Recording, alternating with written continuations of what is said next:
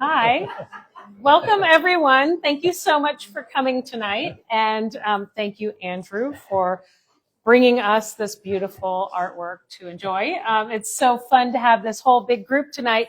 One of the things we're going to do tonight that's a little different from what we've done before, if you have joined us before, is we're going to try to move around a little bit. So that's why we've moved these things into the center, so you guys can just sort of move around as we do and talk about different paintings. Yeah, if you see us moving that way, just kind of morph with us. Yeah, morph with us.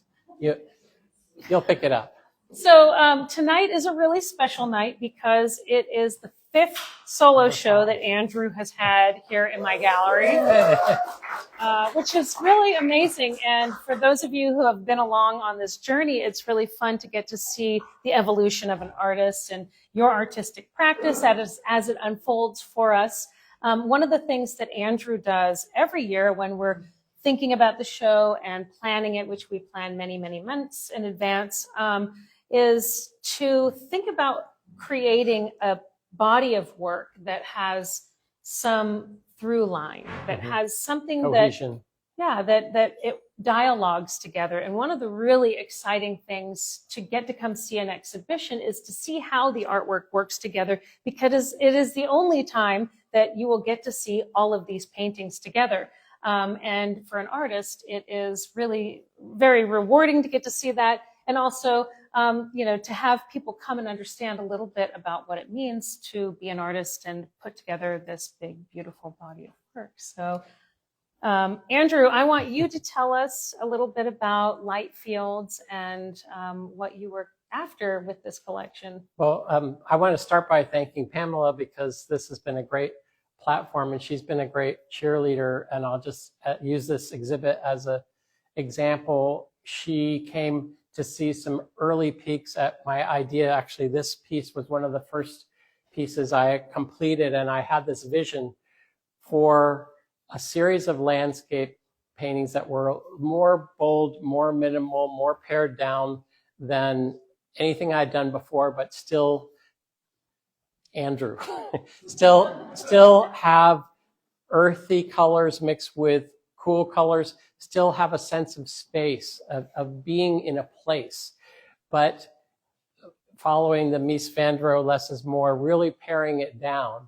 And some of the details with all of the texture really give you part of the story without having to put a tree or a road or a barn or something that I've enjoyed using all of my painting career, but I really wanted to go minimal. And so I sort of presented this first piece to Pamela, and I said, I don't know, Pamela, like, I think I might lose some barn people if I do a whole series and there's not a tree to be found. And she's like, Andrew, you just do your thing and see what happens. I have confidence in you.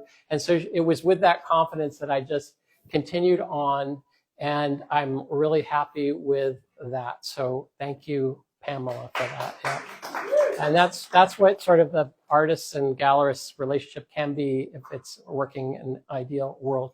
But I just thought we have a lot to cover, but I wanted to tell you a little bit about my technique, and so I've got some props. So I have my huge palette knife, and this is actually for artists, it's not for baking, but I teach painting, and I tell a lot of my students, it's like icing a cake. You drag it along like icing, and you want to have that like richness and that thick feeling. And so I to get a lot of these really rich flat areas, I use this tool.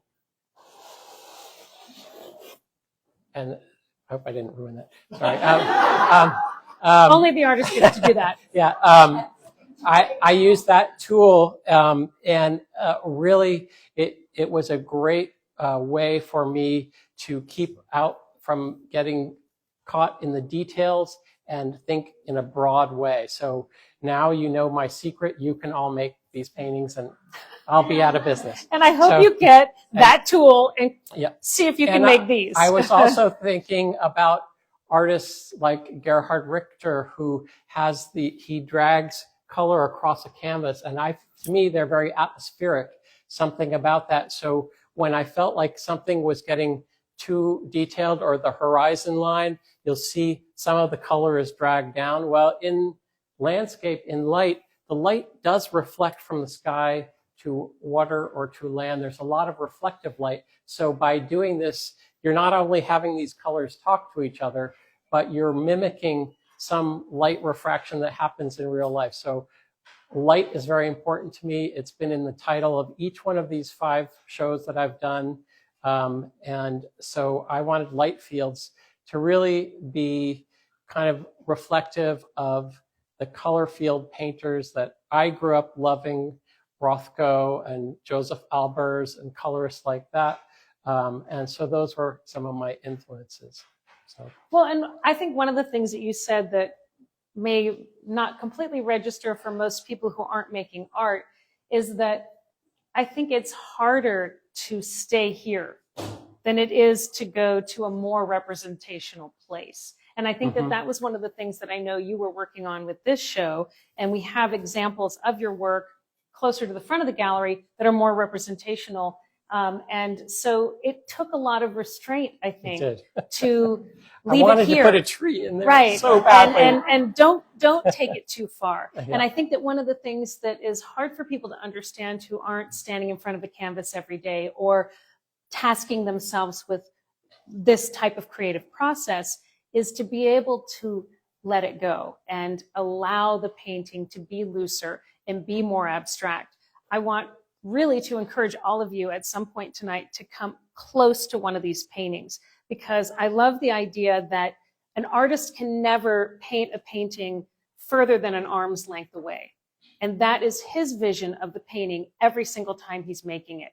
Not 20 feet back where you're standing and enjoying it, but right here. And what do you see when you're right there? And that's what he sees. So it helps you to get the vision of what he is working with. And I think that great artists are really working by feeling and not by their vision per se. And when you get that close, you will understand that. You can get close, but don't scrape it like I did. That was bad. I wanted to share one other technique also so that you guys can go off and do paintings and put me out of business.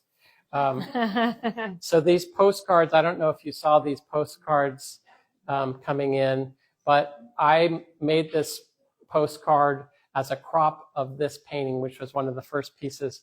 And I realized I loved the postcard. And the postcard, this is my little prop here, the postcard is that piece of the painting here. And I just kept looking at the postcard. This was kind of early on in the process. I was like, that could be a painting in itself. So I painted it much bigger over there. And that is a part of my process. And I teach my students this as a way of abstracting your landscape further. Again, paring down, the less is more, and it always works for me.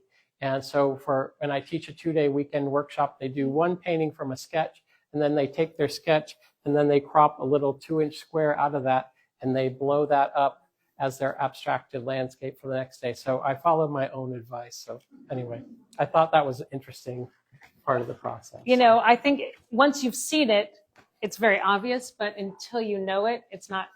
For people who I've told that to this week, it hasn't been obvious to them. So it's kind of fun to get those secrets. Yeah. Let's move over to tide pools, because this is, of course, one of the major paintings in the exhibition, and there's so many things going on. This is such an outstanding painting, and it's been such a pleasure to get to stand in front of it and bathe in it all week. Tell us a little bit about the cold wax that you're using in these paintings, which is a little different than the previous series, and how it plays into a big painting like this. Well, guess what I used to paint this painting? Well, I want to say first the inspiration of this painting and then how I went about creating it. But my wife, Amy, is a naturalist. She's back there. She's an incredible photographer, and she is taking me out to, I'm a city boy from DC and just allergic to country air. So she's cured me of that. And I would say 70% of my paintings were done inspired from iPhone photos that I took out with Amy. And this was day in Sea Ranch where she was tide pooling, and she's like, "Come on, you can get your feet wet. Come on, it's okay." So what I was trying to depict here is that since up at Sea Ranch where we love to go, you're just a little bit above the beach, often along the shore, and there's sort of these rocky shores with some sand and rocky areas. And I wanted to depict that kind of watery essence of a day with filtered light kind of coming across a watery landscape. And so that is what I was trying to depict, and I wanted to be very immersive, so I chose a big canvas. So I always start with undertones of earthy colors, burnt sienna, raw umber, and a little mix of some jewel tones, and I paint the whole painting in kind of browns, kind of sickly color you would never want to see.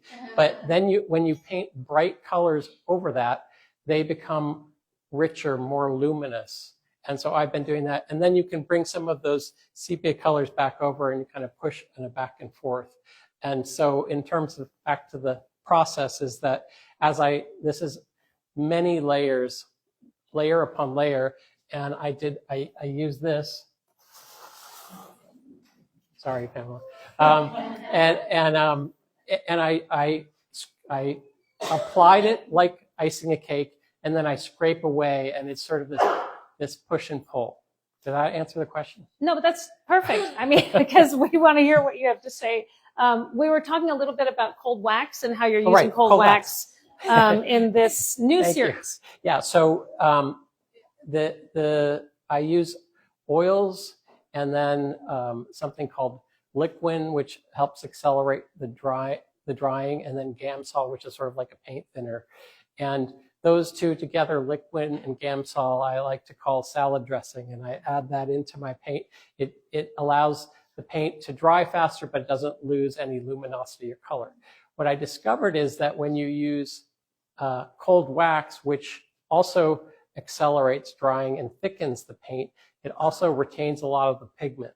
And so I found as I was doing these more abstracted paintings, these larger areas applied with cold wax over each other allowed you to have thick areas, flat areas of color, and then you could scrape away and see some of the warmer areas applied below. So it was like the ideal kind of tool to use, and so I kept using it over and over. And so all of these paintings have that apply and pull back, push and pull. I think it's a noticeable difference in the application. Mm-hmm. What about the gold leaf? Tell us a little about that. Okay. Well, this piece was one of the earlier pieces, and at Sea Ranch in the tide pools, there's a lot of rock formations where the water kind of pools up.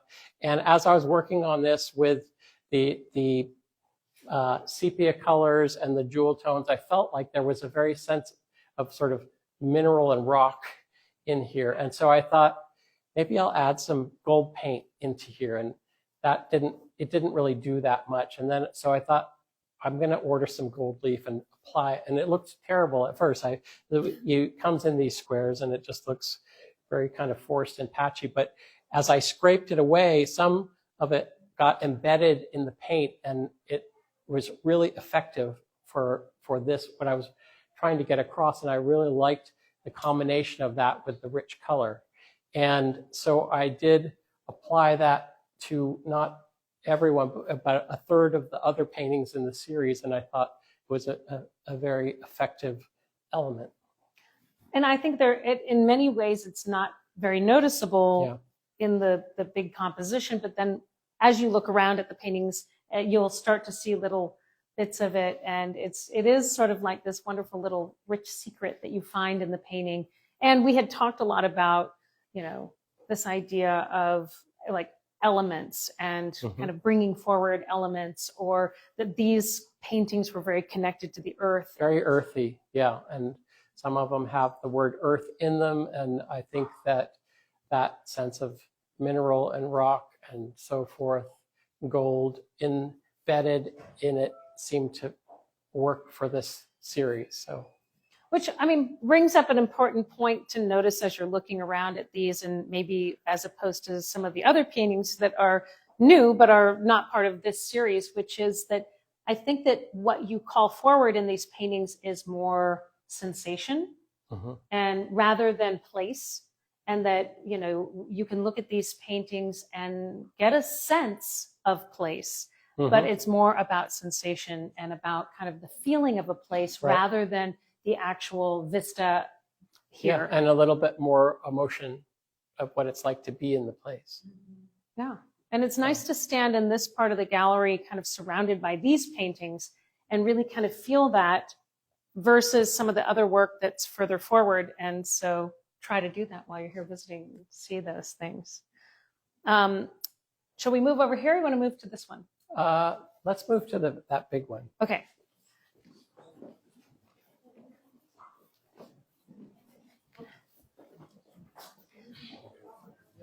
Okay, now new people get to be on the front row. Yeah, right? Well, one of the things that I wanted us to talk about was also influence and inspiration, because I think that all artists paint with the knowledge of the artists who have come before them, and you can't help but do that. And so, you know, as you were painting these and kind of finding new inspiration, tell us a little bit about who you were sourcing. Well, as I had mentioned before, I grew up in a very artsy family, and instead of summer camp, we went to museums, that kind of thing. But my parents' tastes were very much in the American contemporary artists like Rauschenberg, Rothko, those Diebenkorn, Hockney. He's not American, but that era, and that's the type of work that I love to go see. But I'm a landscape painter within. I will always be that.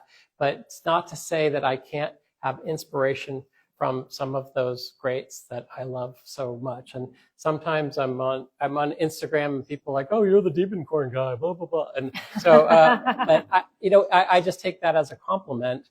But I just love like having that influence, thinking of those painters and what they were trying to go for. This piece and some of the other more simple pieces were influenced by Rothko for me, because I don't know if you can see it even, but for me, I kept thinking about Rothko's color fields, and maybe he's not thinking about landscapes, but some of them look like landscape to me.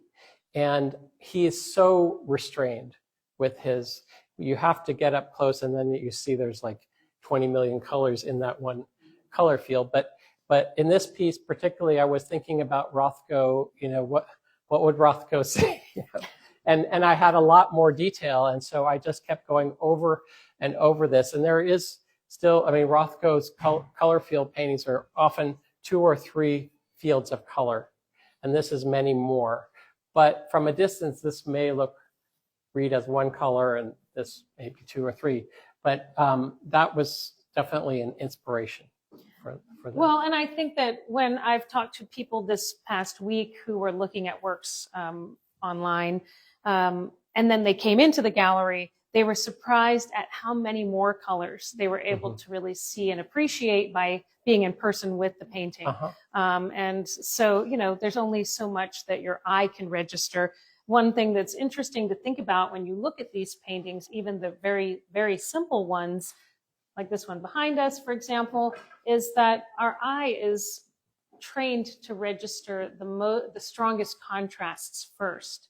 And so, especially when you're looking on a screen, it's easy to miss the subtleties. While you're here in person with them, your eye, after looking at a painting for a few minutes, will begin to discover layers that it didn't initially see. Part of that is because it's starting to pick up those smaller subtleties. And, an artist Andrew, for example, will see hundreds of colors in the surface of a painting. And you also know all the layers underneath this.